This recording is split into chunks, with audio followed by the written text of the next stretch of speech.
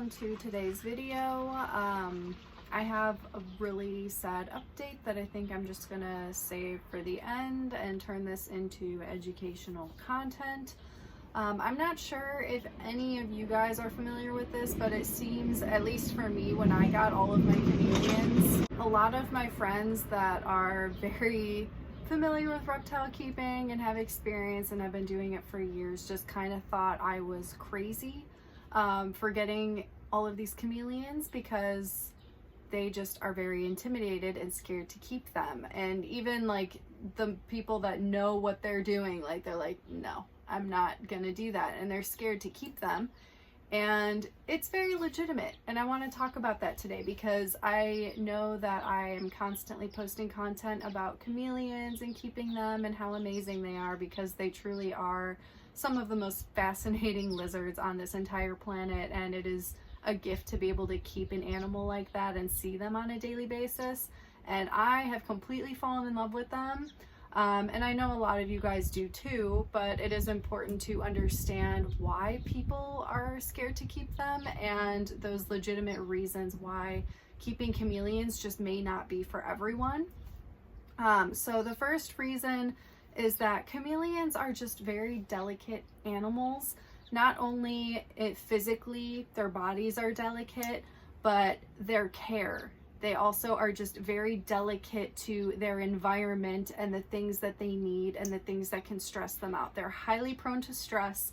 They're not a species that you can handle too much because they do have a lot of that stress. They also need a very delicate balance of humidity and ventilation, which are two polar opposite things, and people have a very hard time understanding that and grasping it and making sure that their chameleon is properly hydrated because of it. And then there's also the fact that they don't drink from water bowls, so they're not a very easy species to keep in that department either, because you need to make sure that they have like fresh moving water droplets within their enclosure for them to see in order to hydrate themselves like they would in the wild. Like there's just a lot that goes into caring for this type of animal that is definitely not for a newbie in the hobby. And even people that are like familiar with keeping similar species or whatever, they have education and experience with keeping reptiles in general, and they're still like, they're too delicate, I don't want to deal with it. And it is completely understandable because it's a species that you have to pay a lot of attention to on a daily basis. It's not something that, like a snake, yeah, you should be checking on all of your animals every single day, but like if you give them a water bowl, you feed them once a week, like you're making sure they're all right. That's pretty much all it is with a snake. But a chameleon, you do need to make sure that they're looking hydrated, that the ventilation is okay, that they have a dry period during the day, that there's moisture every single morning, every single night. Like they need all of those components and a healthy balance of it, and it needs to be regulated constantly. So chameleons, when you're keeping them, they have to always be on your mind. Whereas a lot of other reptiles, it's not necessarily something that you need to keep as close of an eye on. So how delicate that species is and how fragile they are is just a huge reason why a lot of people get intimidated and they say, that's not for me. And that's very important to understand, that the chameleons require that in order to set that boundary for yourself and be like, you know what, they're really cool. It would be fun to have one, but that's not really for me. And I feel like that's the most responsible thing ever. So that's completely understandable. Another thing that people don't like about chameleons is that they just don't really have a very long lifespan. Depending on the species, most people get like a veiled chameleon or a panther chameleon. They're some of the most popular ones that you see in the hobby. And the males typically live, I think it's around 6 to 8 years. And then the females, I think, are 4 to 6 years. So the females have a shorter lifespan than the males. And even the males, like, it's not a very long lifespan. And some can live a little longer than that. There are exceptions, of course, and there are plenty that don't make it to that point, unfortunately, and it sucks. So a lot of people think they want something more long-term with more longevity, so the chameleon just doesn't fit the parameters for what they're looking for in a pet. And again, that's something to be aware of, and it's very important to decide if you're willing to keep an animal if it is more short term like that. Another thing that people don't like about chameleons is that they are insectivores. So they are going to constantly need bugs, which can get pretty expensive if you're constantly trying to feed them live insects. It's definitely easier to keep a species where they just eat like a salad. It's definitely easier to manage and it's cheaper on your wallet, but chameleons do need those live insects, so that can be expensive. Some people don't like insects to begin with and they're grossed out by it. They don't want to touch them. So again, it's a good thing to realize and then be like, you know what, that's not for me. So the last thing, and probably the hardest thing, which is changing my mind about chameleons, even though I absolutely love them, is the fact that they are, again, very delicate, and they can have some type of internal something going on, and they will not show you signs until it's too late. And they're literally dying, and even if you were to take them to the vet, there's nothing that they could do at that point. And unfortunately, that's what I see with chameleons all the time, especially when people are messaging me. They're like, my chameleon was fine yesterday, now it looks like this. And it's like, unfortunately, you can't do anything at that point, and they're just dying. And they don't show those symptoms until it's too late. And that, I think, is the one thing that I hate the most about chameleons.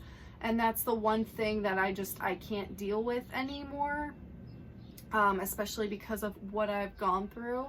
So I'm gonna go ahead and give you guys the sad update on what happened and why I think I'm choosing for myself that I won't be keeping many chameleons at once anymore. So a couple days ago, Baloo passed away. And it's a very, very hard loss because after my very first chameleon, Banba, passed away, Frams Cams was so nice and they gifted Baloo to me. And it really helped heal my heart because that loss from Banba was just so difficult. Having a chameleon, I don't really know if you can explain it, but like you really form bonds with those animals. They have such a presence and an awareness in the moment with you.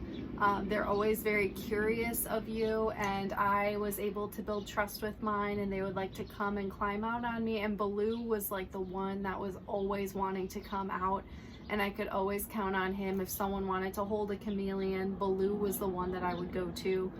He was such an amazing eater. He had such a good personality. He was gorgeous, and he was so trusting so early on.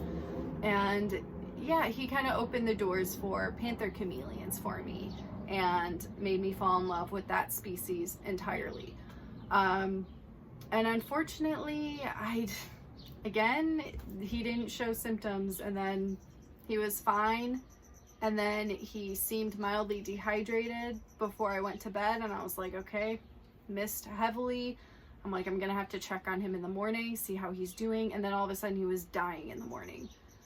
And that's how it goes. And I've gone through this so many times now. And I don't have specific answers as to what this was, but what I think it was the same thing that whatever Jurassic had. I had him for a year, and for that year he had these weird symptoms of showing mild dehydration, and his eyes were just a little bit sunken in. They were still like, not like totally sunken in, but just like very slightly, to the point where I could notice it because I pay such close attention to all of them. And I would just focus very hard on keeping him hydrated. And it would go back and forth, and it was always just a little bit slight. And a little sign like that, like the littlest signs, because they don't really show symptoms of things, could mean that there's something internal going on. And I think that I didn't recognize it at that point, and it went on for a span of months until one day there was no return, and he got very, very sick, and then he declined and he passed away. And then I made the decision to put Flounder in his old enclosure. I cleaned it out as best as I could. However, I didn't take the background out, And I think that Flounder got exposed to whatever Jurassic had. I had him again for exactly a year, and then he passed away. And I think that he got infected by the background somehow. I don't know what Jurassic had, and that's what's so difficult about this, because I don't know what it was, and it was so discreet that I don't know. So I think that that's because Flounder, again, seemed perfectly fine, and then all of a sudden, he didn't really show that slight dehydration so much. His eyes always seemed normal. Both of them always had an appetite. They were both always eating, except for when they like literally hit that point of dying out of nowhere. So yeah, the same thing happened with Flounder. And then I was like, you know what? I know that it was the background. It was probably the background that he got exposed to, whatever. I was like, at least Baloo and Willie seemed perfectly fine. However, I want to say around April, out of nowhere, Baloo had sunken eyes, and he had never had that before. And I was like, what is going on? And I started freaking out. I was thinking, oh my God, it's happening again. It's going to be the same Flounder situation. And he improved over a couple of days. So I was like, okay, maybe it really was just dehydration. But it's weird because he would have again his eyes would be slightly in, but then it would go back to normal, but then it would be slightly in sometimes, and it was just me again trying to make sure he's hydrated. He seemed normal, he was eating as always, and then again one day before I go to bed, his eyes were a little sunken. I'm like, okay, we're gonna have to work on humidity. And again the next day, wake up and he's passing away. So I feel like my heart is scar tissue at this point, and the only thing that I think could have caused this, because I think Flounder got exposed to whatever Jurassic had through the background, and what I think happened with Baloo is that I have these feeding cups like this, and I put a lot of bugs in it. And what I would do is go from one chameleon to the next, they'd stick their tongue in it, next one sticks their tongue in it, next one.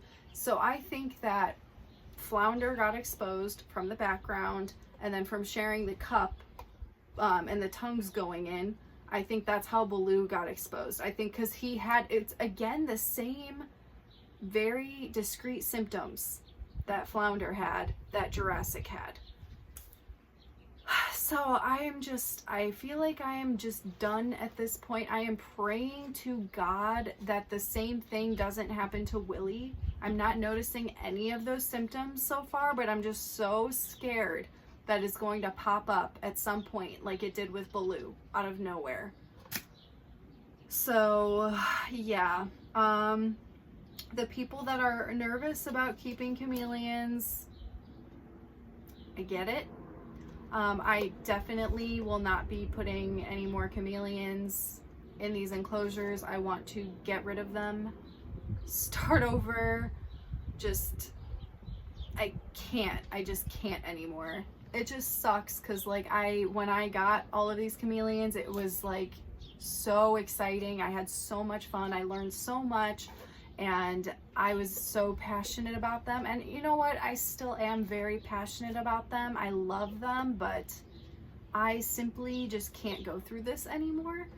And it sucks that I don't know exactly what it was. And while Baloo was having those slight weird symptoms, I should have taken him to the vet, but unfortunately, my finances, I cannot afford to even like do that testing to even figure out what that was.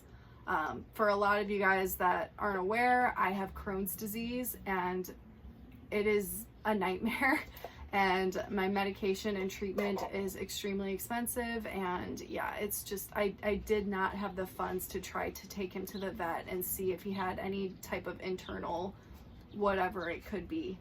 I wish that I could afford it, but I can't. So I don't have really any answers, and I just want people to be aware of all of these things before deciding to get one.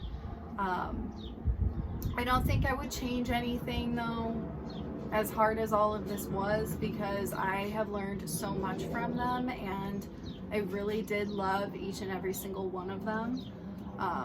It's really heartbreaking and sad and discouraging, and it makes me feel like a complete failure as a reptile keeper, which sucks, absolutely sucks. But yeah, I just wanted to keep you guys updated, let you guys know what's going on, and yeah, there will definitely be some changes in the future because I'm not going to be getting more chameleons. I'm really hoping that Willie stays healthy and strong and wonderful like he is, and I'm going to be moving him into my bedroom, and yeah, there's going to be some changes coming. I just want to be positive and move forward and make sure that you guys are all in the loop and know what's going on here.